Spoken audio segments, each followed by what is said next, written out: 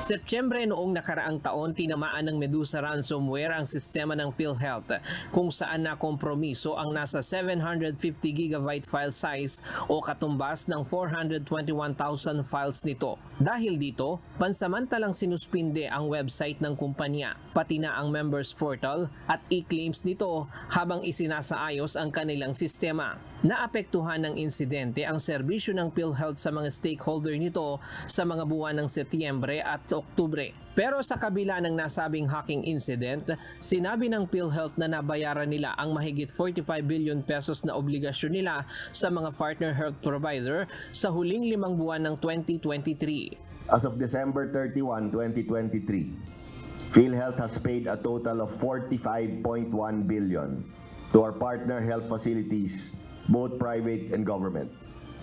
Between the months of August and December of 2023, this despite the cybersecurity incident last September. Noong Agosto 2023, nakapagbayad ng mahigit 10 billion pesos ang PhilHealth at mahigit 12 billion pesos naman noong Nobyembre.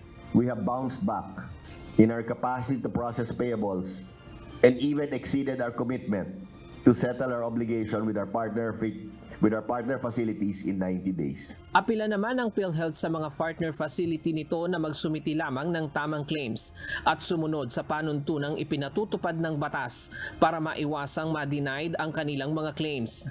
Bilang agarang solusyon sa mabagal na usad ng proseso ng claims, plano ng PhilHealth na ipatupad ang cloud-based application system deployment, online filing claims at adjustment module.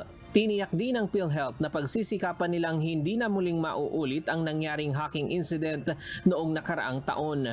Hindi na malamang hindi na yan mangyari, diba? So we've learned our lesson. That's the silver lining in all of this, no? We've strengthened times whatever, how many times, no?